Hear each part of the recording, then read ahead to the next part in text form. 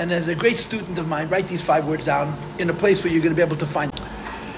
I'm going to dictate 5 words to you, and then I'm going to talk to you about them. Okay? You ready? Anybody write? I need one person to write at least. It should look like I'm a teacher of a class. Everyone's looking at me, you can't decide, you know the story.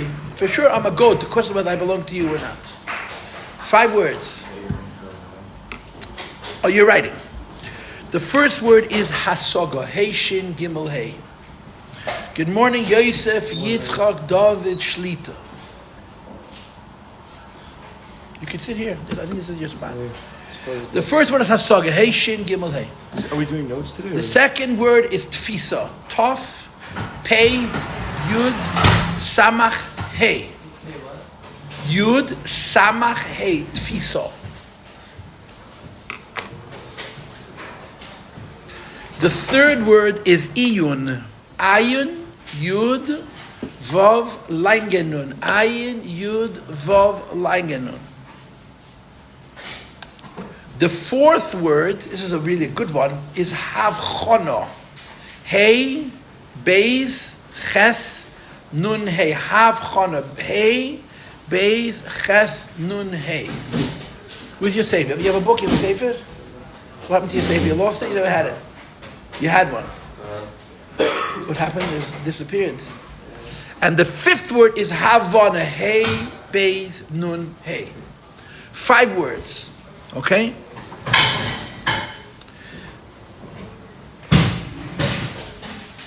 Hasoga, tfisa, iyun, havchona, havana. These 5 words are all parts of Bina. These 5 words are all parts of Bina. And I don't know what's happening to me, man.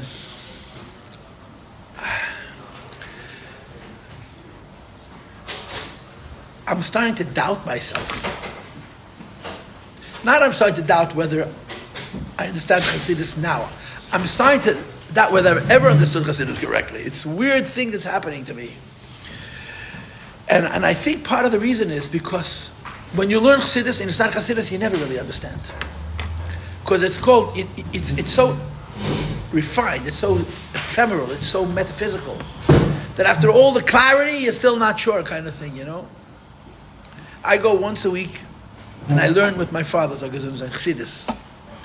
My father is the most original thinker in the world of Chassidus that I know. He lives in his own world, and he thinks in his own way.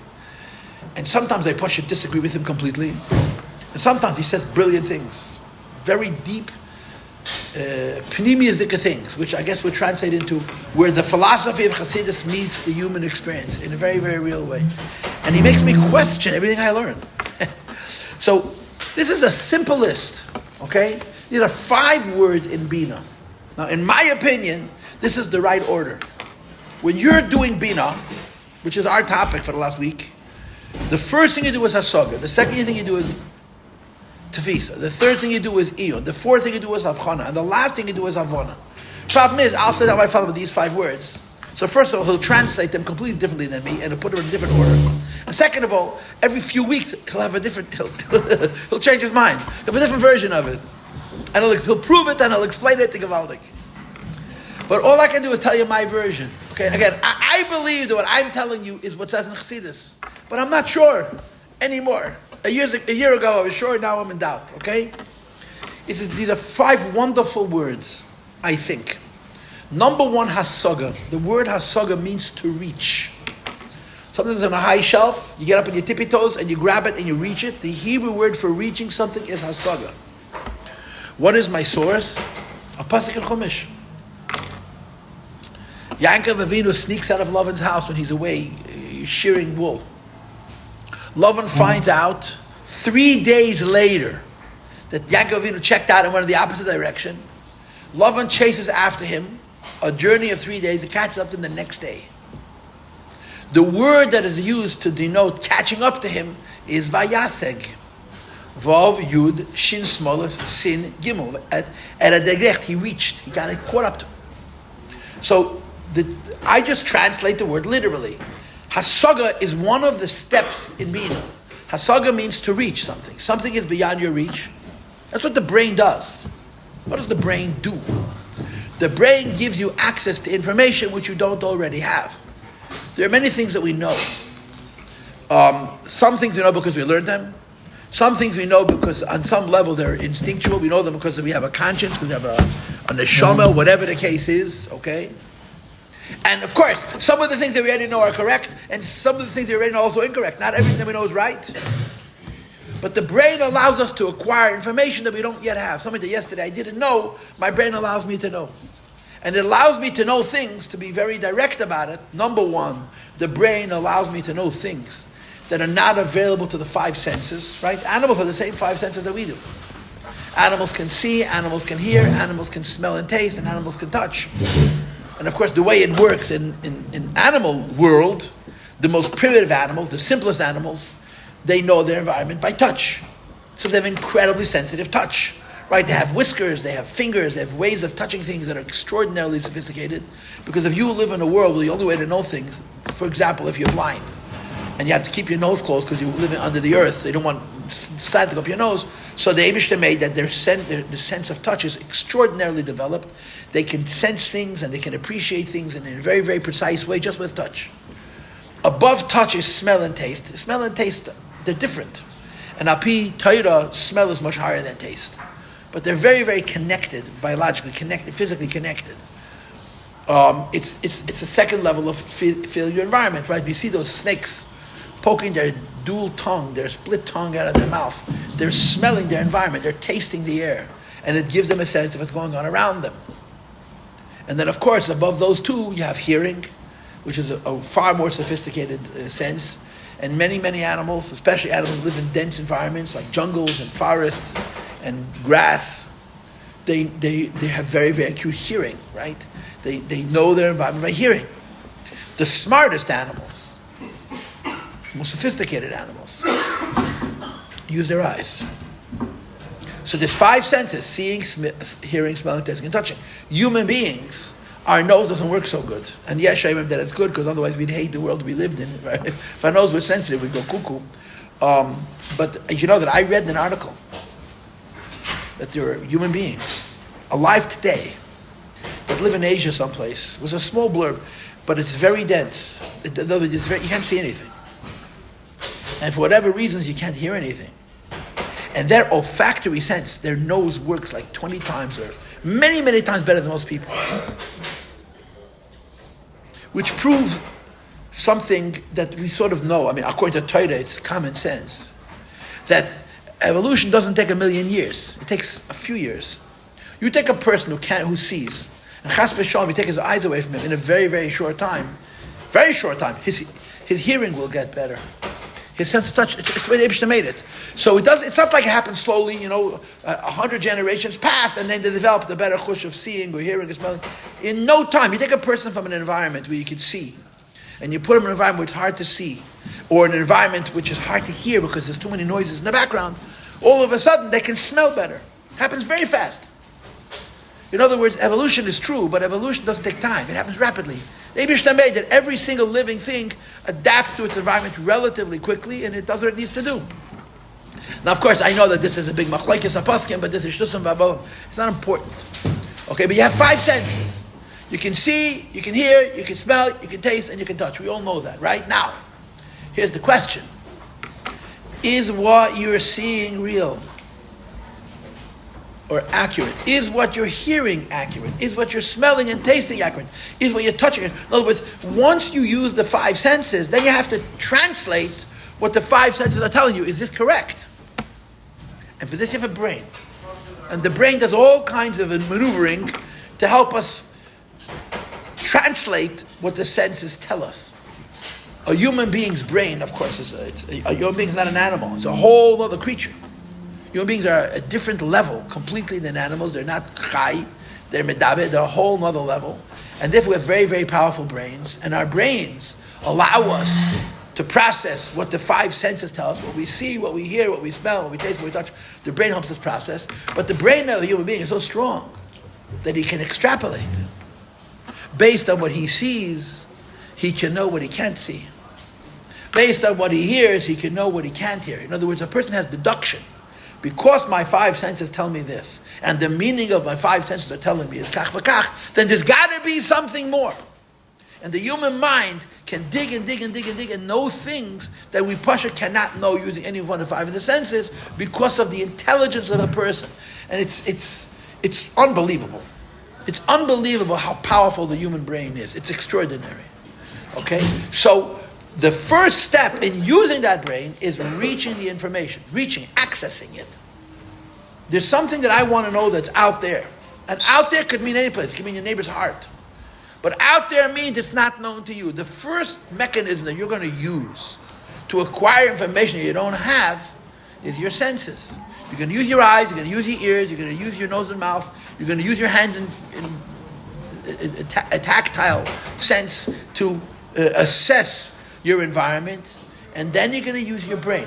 And your brain is going to tell you what it means. After the brain tells you what it means, the brain is going to say, yeah, but if this I can see and hear and smell and taste and touch, then there's got to be something which I cannot see and I cannot hear and I cannot smell and I can know something which I cannot know. You understand what I'm trying to describe? This is called hasaga. Hasaga means you're reaching for something. You're reaching for something which is invisible. And the example that makes the most sense to me, in other words, I should know the most about it, is in astronomy, right? You guys know that in the last 30 or 40 years, they found what's called exoplanets. It's not such a big surprise, but they found exoplanets. Exoplanets means that just like around our sun, there's many, many planets that are rotating. There's 9 planets, whatever number it is, that are rotating around the sun. And of course, Teda says that everything is rotating around the earth. And don't misunderstand, I'm not open-minded. They discovered that there's many stars that also have planets. And they're starting to look for life. And unfortunately, it's very hard to... They found hundreds and hundreds of planets, maybe at this point thousands. But the planets are either too big or too close to their star. And therefore, they haven't found what they call planets. They have to have a certain size and to have a certain distance. This is what they assume. In order to find life on another planet, it has to be a rocky planet. It can't be a gaseous planet. It needs to have water which is not frozen. And it needs to have close enough to the star to have light and heat, but not too close to the star where everything cooks. It's a whole cheshbon. They can't find that. Well, they'll say, and they're probably right, the reason they can't find them because the kind of planets that could host life are simply too small to see. How do they find these exoplanets? No one's ever seen them. You're talking about light years away. They see a wobble in the star. The star moves funny, like as if he's got a stiff neck or something. And they determine based on the wobble in the star that there's got to be another body there. Sometimes that body is another star. Sometimes that body is whatever it is, an old star, a neutron star, a red dwarf, a white dwarf, a blue dwarf. Stars have all kinds of stages of quote unquote life, and sometimes it's a planet. And they're so smart that they use their chokhmah. First they figure out that there's a planet. Then they figure out how far or how near that planet is to the star. Then they figure out the size of the planet. Then they figure out the denseness of the planet. And then they can actually figure out what that planet is made of without ever seeing it. Or they see the light of it. It's against love. But the human mind can see so much that it cannot see. It's unbelievable. And of course, with every passing day, they know more. In 100 years from today, we're going to know not 100 times as much we know now. Thousands of times as much as we know about astronomy. And it's going to change it. Because that's how it works. But the human mind has the ability to know things that it cannot see because the brain takes what the 5 senses tell it, it questions it, and so on, and then it knows things that it can't. It's called hasaga. You reach it. Now, after you look for something, and you find it, and you reach it, there's a second step. And I just want to say, before most of you came, I started giving a class. This class is predicated on 5 Hebrew words. If you like yourself, you'll write them down.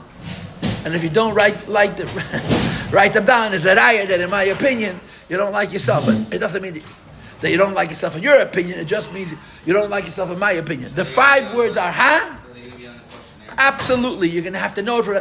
probably not. I started giving this class because there were very few people here. Maybe, maybe not. I don't know. The first word is hasaga, which means to reach. Hey, shin, gimel, hey. I'm repeating them again. If you want, some of your neighbors wrote them down already. You can copy from them. The second word is tfisa. Taf, pei, yud, samach, hey. which means to grasp. The third word is iyun, ayin, yud, vav, langenum, which means to examine carefully. The fourth word is havchana. I love havchana. Hey, beis, ches, nun, hey. You know what havchana means? To discern, to see differences.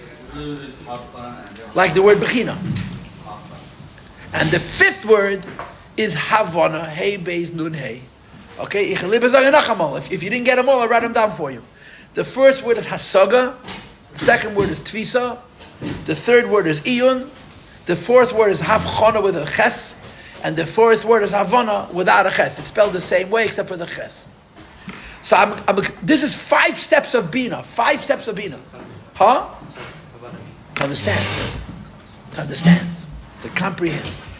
When you're using your mayach habir, when you're using the part of your brain that doesn't come up with new ideas. The chokhmah part of the brain comes up with the new ideas.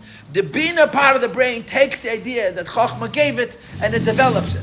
When you're using your brain to come up with new ideas, there's 5 steps. No. When you're using your brain to develop the new ideas that you have, the seminal that you have, there's 5 steps. Step number 1, you want to reach it. You want to reach it. It's beyond you. You have a brain, your brain knows this much, you want to know more, you're reaching beyond where you're holding. That's called asaga. And again, I'm telling you the way the translation is the way it is, I understand them, although I'm telling you up front that not only will other people disagree with me, I may disagree with myself tomorrow. Right now, that's how I see it. The second word is tfisa. You reach the high shelf and you grab the book and you pull it down. Think about that intellectually. You're reaching for an idea. There's an unknown idea. It's something that you don't know yet. And you're pursuing it. And you're pursuing it with your brain. 1 second. What does that mean you're pursuing brain? You're using the tools that the Eibishter gave you intellectually to go after something that you'd like to have that you don't have yet. So first you reach it. Right? I gave you the example from looking for exoplanets. Right? The first thing is you see that there's a star out there that's behaving a little bit funny, and you say, why is that star behaving a little bit funny? You start asking questions, and you come up with all kinds of hypotheses, explanations, this, the known explanations and the unknown explanations, and at some point you reach for the stars. You reach out light years away to say, no, around that star there's a planet. And that planet is so big, and it's so far from its star. And it's rotating in this direction, it's going this fast, and it produces this much light. And it's made of these chemical compounds. That's to me the most interesting thing. They can literally tell you what it's made out of, based on the light that comes from it. So the first step is reaching for it. The second step is grabbing it. Grabbing it means you know for sure it's there. You know for sure. Hasaga means you're trying to find it. You're reaching for it. Tfisa means you know it's there, but you don't know much about it. You develop an idea. The second step of an idea is grasping it. Grasping it means holding its borders. I'll explain it to you in a second, but I want to give Avar a chance to speak. What do you want to say? Reaching for it, how is that different from the reaching for it when you don't know something and then you get flat? Because when you don't know something in Chokhmah, there's a frustration. When you don't know something in Bina, there's not a frustration. There's just an inaccessibility. You know it's there, and you know how to get it. You're going to get it. Chokhmah is an ignorance. Chokhmah is a frustration. The Chokhmah is not just I don't know. Chokhmah is I don't even know how I'm ever going to know. The tool of Chokhmah is that somehow this frustration translates into an enlightenment. And the process is explained that in your nefesh there's already all knowledge. But the nefesh is not available to you. The way to bring the nefesh and the knowledge of the nefesh closer to your consciousness is bittul. That's the word that we use. So the frustration is breaking down your ego. It's breaking down your old system of reason, which is standing in between you and that idea. And then the nefesh gives you something. So why would it make a difference how much you know about that subject? Oh, an enormous difference. Because there's conditioning. Okay, I don't want to go back to Chokhmah. It's conditioning. It's so true. It's conditioning. In other words, it's not in a vacuum. The more a person uses his mind and knows how to use his mind, the more precise the nefesh communication with the guf is going to be. It's on the guf side. It's not on the nefesh side. But it's using the brain makes the brain better is a truism. It's just a fact. And the place where you see this in the most sensitive, and when it comes to what they call educated guessing, intuition. A person who's schooled has a sense of direction, and a person who's not schooled may be very, very smart, but he's groping in the dark. He's lucky. But that's a different discussion. Bina, you know what it is you need to acquire, but it's so ephemeral, so ruchniistic, that you can't process it. So the first thing you do is you reach for it. I want to explain to you how Tisa works, okay? How do you hold something? By its borders. I'm giving you the answer that I need. By its borders. If this book was 8 feet across and 4 feet deep and 16 feet high, I can't hold it. Not because I'm not strong enough, because my hands aren't big enough. Tfisa is grasping. To grasp something, you have to know its borders. What is the meaning of knowing the borders of something? This happens a lot. People who teach philosophy do this all the time. And I, frankly, for better or for worse, teach philosophy. That's what I do. When you're talking about ruchniistic things, what's called in English metaphysics, Achei Temimim in the language of the Rambam, you never really understand, you're never sure. Well, mysticism is, we use the word philosophy, mysticism, although they're not exactly the same. Listen. When you are learning something, take a topic, Atzilus, yeah? If I want to explain Atzilus to you, one of the first things I would do is tell you the ceiling of Atzilus and the floor of Atzilus. Atzilus is not this because this is higher than Atzilus. Atzilus is not this because this is lower than Atzilus. Now, do you know what Atzilus is? You don't. But you know the perimeter. You know, it's not outside of this box. This is a great Hebrew word which is found in Chumash that the previous Rebbe used to use. Mishpetzais. The Kohen Gadol had a choshen. The choshen had precious stones. Each stone was set in a gold setting. The Hebrew word for those settings is mishpetzais, a box, a frame. My father, Zogazunzain, told me that the Friedrich Rebbe said to Yisrael Jacobson, who was a big chassid and a mashpia, Yisrael, Mishpetzais. He told him as a teacher, Yisrael. He called him by his first name, Yisrael, Mishpetzais. I heard this from my father, heard directly from him. So this is a vart from Friedrich Rebbe. When you teach Chassidus, put borders. Because if you don't put borders, the kids know what you're talking about. When you learn something that's ruchniistic, the first thing you say, it's not this, something's in between. That's what Tfisa does. The second step of learning is not yet understanding. The second step of learning is excluding. What we're going to be discussing is in this space. It's not this high, it's not this low, it's someplace in between. It's unbelievably helpful to students to put parameters or perimeters on an idea. Because when you put a border, you say it's not going to be here, it's not going to be here, the kid doesn't understand the material. But at least he knows the world in which it is. He knows the space in which that idea exists. And that's the second step of Bina. The first step of Bina is you're reaching for something. There's an idea out there. You know the idea. The Chochmah flash gave you the idea, but you want to be able to control it. You want to manage it. That's what Bina does. Bina is a process of owning something. And in order to own something in your brain, obviously, you have to bring it to your brain. The first step is you reach for it. And the second step is you grasp it. Grasping it is you take this idea, which you don't know very well, going back to the Machon of the exoplanets, right? You see a wobble in a star that's 4 light years from Earth, which is very, very close, but it's so far away you can't even imagine. And you see that star is a little wobble. And the first question is, okay, maybe there's a sister star. That's the first thing that scientists would say. There's no sister, so maybe there's some kind of a star that's already exploded or whatever, all kinds of explanations. And then, no, it's not a star, it's a planet. So you know it's not a star. You know it's a planet. How big is it? How close is it? What's it made out of? There's all kinds of steps, right? Hasaga means you're reaching for it. Tfisa means you're grasping it. I know what it is, I know what it isn't. I don't know much about it. But Tfisa puts a border on every idea, puts a limit. I know that I'm dealing with a planet. This body is not reached critical mass. It doesn't produce its own energy. Right? It's not a star. Stars are big enough and dense enough to be a nuclear furnace. And that's why they produce light that we could see. And they burn up energy that we could see. And then they explode, which we could see. And all the rest. A star doesn't do any of those things. So Tfisa means I'm grasping the borders of this idea, the edges of this idea. I know what it is and what it isn't, but that's it.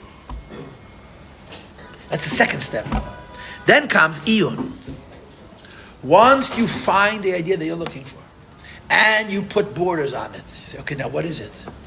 You examine it. You look closely at the idea. Now, Chevra, one of the real truths of smart people, is the ability to know what they can know and to know what they cannot know. It's very frustrating to use your brain because you will ultimately find out that there's no answers to every question. If you study any subject, and of course there's no place where this is truer than in Torah, you will have questions to which there are no answers. Now, if you're a yeshiva bacher and you're learning Torah and you'll ask a question, especially in Nigla, because Nigla has thousands and thousands. Chassidus is a newer limud. There's not nearly as much material on Chassidus. Yeah, you ask your Rosh Yeshiva a question, they know this Achei talks about that. Achei talks about. I saw it in a safe. I forgot which it's there. You know, the guys have these massive of books that are still called kovetz. It should be called library mefarshim, right? And each Masechta, all the Rishonim and all the Achreinim, most questions that you will ask somebody answered, but not all.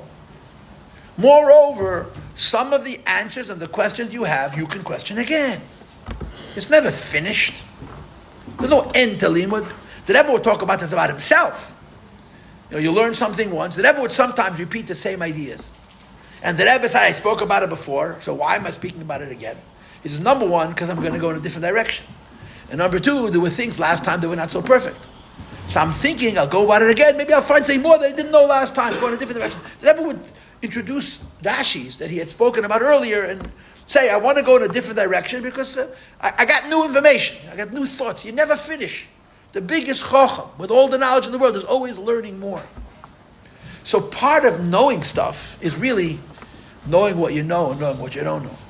Because you don't know everything. No one knows everything. Everything will never be known. The Eibishter created a world, and he created people, and he gave them minds. Lahavl in Chochmas Chitzonius is in its way. In Chochmas Ateda, which is Gila Lakus, in this world, there's no Arucha Me'eretz Mider Chova Mina Yom. No one is ever going to know the whole Torah. Now, Nigle, you could know all the Svarim if you have a brain of a massive genius. But no one has ever finished learning. No one has ever said, okay, I know it all, I'm bored, because the Torah has nothing to teach me. Now, you can get lazy, but geniuses like the Rogatchover, who lived just a century ago, who knew the Torah so well, was still learning. He saw more. He never finished finding in the same Torah, in the same Rambam, more Chochmah, more Iyun, more Oimek. So learning is a process really of accepting. What do I know? How well do I know it? How sure am I of it? All of that is Iyun. After you reach for an idea, and you grasp its borders, that's how I understand it, you start examining what's inside those borders. Like I gave you an example before, Atzilus. Let's not talk about stars for two reasons. Number one, it's not our business. Number two, I don't know what I'm talking about. And guess what? Atzilus, I know less about Atzilus than I know about the stars, which is pathetic little. But at least it's my business. It's our business. Yeah. What is Atzilus? What is Atzilus? Atzilus is close to God. That's what the word Atzilus means. Eitzel. Eitzel is something close to God. Atzilus means it shines a light that reaches us. Those are two statements. Okay, so let's study them. When you combine these two statements, Atzilus close to God, Etzlei v'samach, with Atzilus, a light which shines and reaches us, you have just created a dichotomy, right? One idea that is simultaneously close to the Eibishter and close enough to us that the light of Atzilus reaches us. So now you're examining Atzilus. And you study, how could those two things be true? How could Atzilus simultaneously be Etzlei, close to HaKadosh Baruch Hu, and at the same time it's a ne'etzal, its light is revealed, is shining in the kind of way that at least in theory it could reach us. Now I'm not going to tell you the answer to that question. But I'm showing you the process. So the first thing you're going to do is, Atzilus is not a creation. It's too close to God for that. The second thing I'm going to say is, Atzilus is not Atzmos of Ein Seif, it's not Ein Seif which is hidden, because it's revealed. That's Tfisa, the borders. It's not Bria, it's not Ein Seif. But then I want to study Atzilus itself. That's called Iyun. You examine it. You examine it. So every subject that you learn, the more time you spend on that subject, the more you go into the details and to the exactitude of that issue. You're being ma'ayin, you're studying the details of a particular subject. And of course, the two biggest issues that you have in examining anything is, number one, appreciating the fact that there's always going to be questions for which you do not have answers. And number two, be careful not to go off in a whacked out way. Make sure that you keep your brain focused. Discipline your brain. Don't let your brain wander away into the land of imagination and la. You know how it is. The worst mistake any intellectual could make is decide how he wants the outcome to be. If you're looking at something intellectually and you want it to go in a certain direction, it'll go in that direction. But that will mean that you're not using your brain. It means your brain is a slave to your bias. When you're using your brain, you have to let the facts speak. So you have to be very, very careful to accept, A, this I can understand, this I can't understand. B, I have to make sure they understand it correctly, no matter what it's going to tell me. I'm not allowed to be afraid of the direction that the idea is going to take me, even if it's not comfortable for me. Like the Rebbe's expression, you don't want to first shoot the arrow and then draw the bullseye around it, you know? It's very easy to, every time you shoot an arrow, to get right in the center of the target. How? First shoot the arrow and then make the bullseye. Achochma. People do that with their brain. They want the answer to be a certain way, so before they start studying, they know what the answer is, and then they use their brain to prove it. That's pathetic. It's not real seichel. So you have to know the limitations of your mind. You have to know the discipline that your mind needs, and then you examine, you pay attention, you're ma'ayin, you examine. And you want to know, to use Atzilus as a mashal. After I do tfisa and Atzilus, I put borders on Atzilus. Atzilus is not Atzmus. Atzilus is not Bria. What is Atzilus? It's a combination of Atzilus, Etzle, V'samach, close to God, and Atzilus, that light shines and reaches us. And if I had time, and I don't have time, and it's not our subject, we can talk about Atzilus. This whole Maimonim to do exactly this. So in Iyun, you're beginning to take an idea apart. That's what Bina does. Bina takes ideas apart. It looks at something and says, in order for me to understand the whole, I have to understand the pieces. So you take it apart. You study each piece separately. And after you take it apart, what do you do next? You put it back together. You take every piece apart so you can examine very close to each little piece. I gave you the example from my student that I had many years ago who studied flowers, horticulture, right? So, flowers are living beings. Flowers, plants are alive.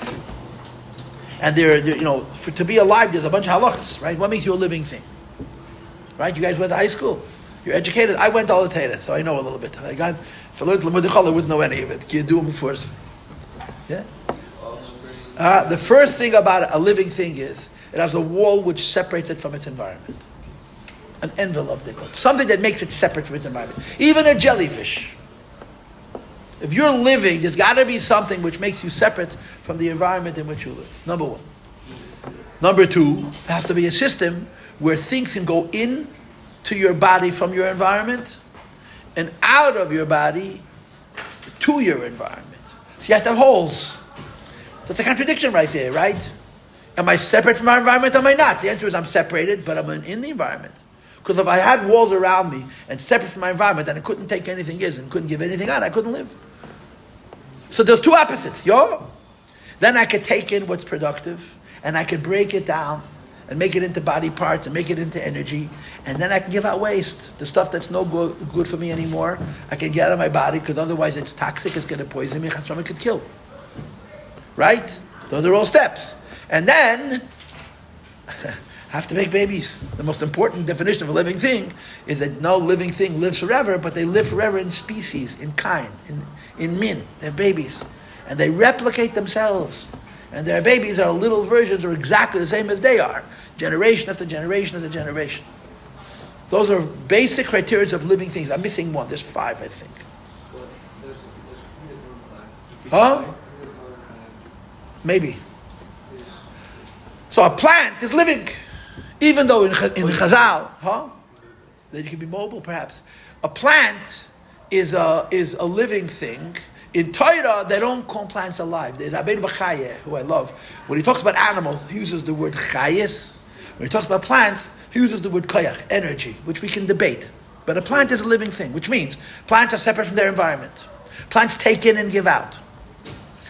Plants gain food and process food from their environment. And plants reproduce. Now you understand, every one of these things is so complicated. Every one of these things is so complicated.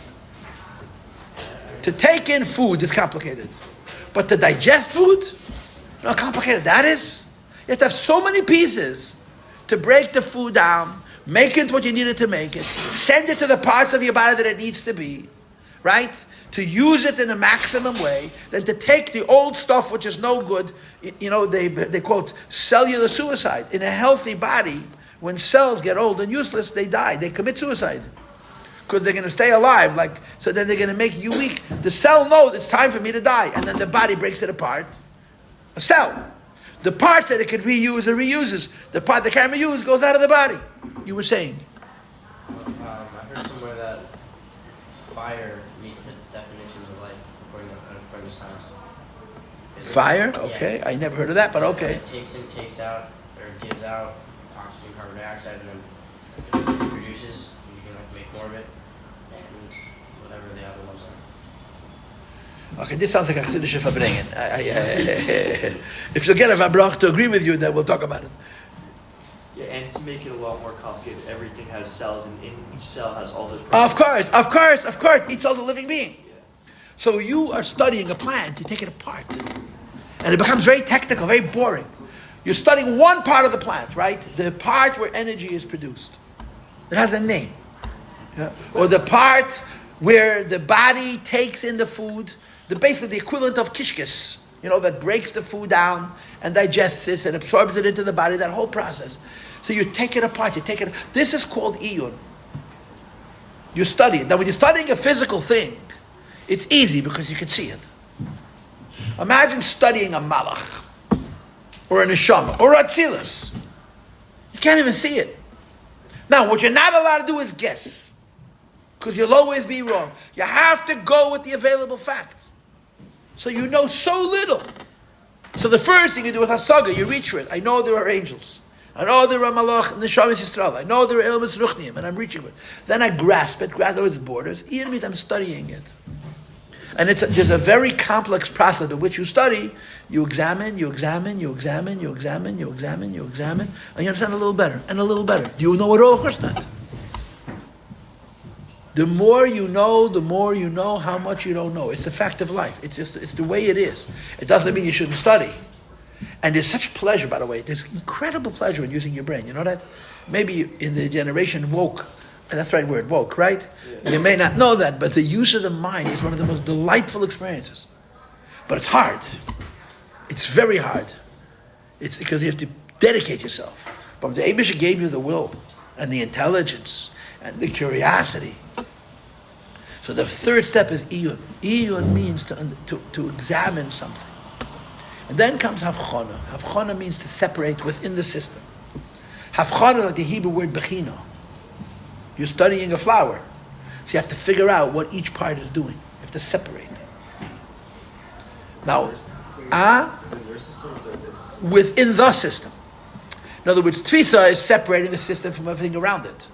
Havchana means within the system that I'm studying, I want to understand the detail. And to know how to separate. When you learn Torah, Is that the same as iyun? iyun leads to havchana. Iyun means to examine. Iyun means to look at it. But when you're looking at it, you don't yet know it. You're looking at it and you're noticing detail, you're noticing detail. The more you notice detail, the more the idea comes to you. But then you can organize it. You separate. And you put things in different places. That's called bechina, havchana, to separate, to discern. It's a great word in English, to discern. Fanandeklaim. I always tell my students, what is that? What is an absolute truth? When people compare two things to one another, they make them both smaller. Smart people don't compare. Smart people separate. Correlation is always simplification. When you compare Atzilus to Bria, Atzilus is less of Atzilus, and Bria is less of Bria. Now you may need to do it, because your level of learning is limited. But the smarter you get, the more you want to separate. That's called havchana, separation. Fanandeklaim. Like for example, you're studying Atzilus. Atzilus is the world. Then you're studying Chochmah of Atzilus versus Bina of Atzilus. It's a subworld, right? Then you're studying Chochmah of Atzilus versus Bina of Chochmah of Atzilus. All of that, when you're ma'ayin, when you examine, you can be mafkin, you can separate. And true intellectuals, I always tell you, basically is pseudo-intellectual. Precisely is intellectual. And the more precise something is, the more seichelic it is. And it's an endless process. Nobody ever knows anything in the kind of way that you can't know more of it. There's always more. If it's reasonable, if it's seichelic, there's always more. So the fourth step is, after you examine it, you're able to departmentalize, put everything into place. And then you understand. Now, I don't know if this is correct, but this is how I teach it. Understanding means you finish reaching for something. You finish grasping something. You finish examining something. You finish separating something, then you put it back together. And you look at the whole. And you try to understand the neshama. You see what I'm saying? After you took it all apart, because the more you take it apart, the more precise your understanding of it is going to be. This is what is the whole? Right? One of the great differences between lyhadus Torah and science is how they look at living things. How do scientists look at living things? They have a theory called evolution. And their theory of evolution says that all complex living things, before they were complex, were simple living things. When they look at a plant, and a plant is made up of thousands and thousands of molecules, they say before there were thousands of molecules, there were fewer molecules. In other words, life started from single-celled organisms, very simple organisms, and they got more and more complicated. So when they look at a system, look at a flower, the real chokhmah of the flower is in the individual pieces. And they came together to bigger pieces, yeah. Torah says, Hashem made flowers. He didn't make a single... He made flowers, because he wants flowers to be flowers. Flowers didn't happen. He made flowers. So, in Torah, the whole is more important than the parts. In science, the whole is simply a byproduct of the parts. It's called convergent properties. In other words, in Torah, the Eibishter didn't make the stomach of a flower. He made a flower, and he gave it a stomach. Hashem didn't make even the brain of a person. He made a human being, and he gave him a brain. So Torah sees the whole as much, much more than the convergent parts. Torah sees the whole. The Eibishter wanted to make a beautiful flower. The Eibishter wanted to make beautiful fruit. The Eibishter make beautiful trees. So you take it apart, then you put it back together. And you want to understand, so why did the Eibishter do this? Those are 5 Hebrew words, and I think I'm giving you the right order. Hasaga, Tvisa, Ian, Machon, and Avon. Here comes the question. Should we do it tomorrow again in questions or not?